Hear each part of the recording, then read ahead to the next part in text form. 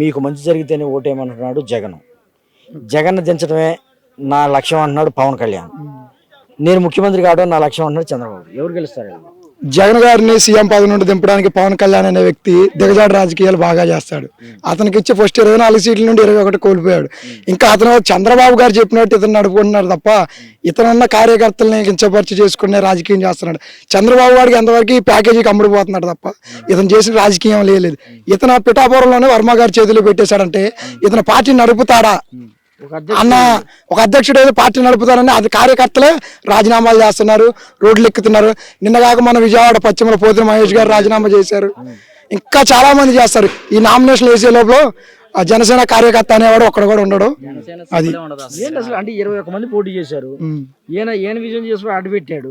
మరి మిగతా వాళ్ళ పరిస్థితి ఏంటి? 20 మంది పరిస్థితి 20 మంది పరిస్థితి ఏముందండి? వాళ్ళు కూడా ఎవరు ఉంటే వాళ్ళ చేతిలో పెట్టడమే, పక్కోడి చేతిలో పెట్టడం. వీళ్ళు చేసేది ఏమీ లేదు. వీళ్ళు ఆట బొమ్మలు ప్లే గేమ్ వీడియో గేమ్ ఆడతాం కదా, రిమోట్ కంట్రోల్ మన చేతిలోనే. వాళ్ళు ఓన్లీ యాక్షన్. అక్కడ ఆంధ్రప్రదేశ్లో ఎండలో మండిపోతున్నాయి, బగ్గుమంటున్నాయి. ఉష్ణోగ్రతలు చాలా 40 డిగ్రీల పైన అవుతున్నాయి. ఒకరోజు పవన్ కళ్యాణ్ ప్రచారం చేస్తే జ్వరం అవుతుంది. ఏంటి పరిస్థితి? ఒకరోజు ప్రచారం చేసి 5 రోజులు ఇంట్లో కొనుక్కుంటున్నాడండి. మళ్ళీ తర్వాత టుమారో షెడ్యూల్ అంటారు.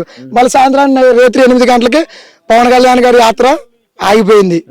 ఎక్కడ ఆగిపోయింది తెలియదు, ఎవరికి ఆగింది. తెనాలి వెళ్ళట్లేదు, నాదెండ్ల గారు మనవరది ఆగిపోయింది. నీ జ్వరం వచ్చి నీ జ్వరం ఒకరోజు యాత్రకే నువ్వు జ్వరం వచ్చినట్టే నువ్వు పిఠాపురంలో ఎమ్మెల్యే గెలిచి అక్కడ ప్రజలు ఏం చేస్తావు చెప్పండి?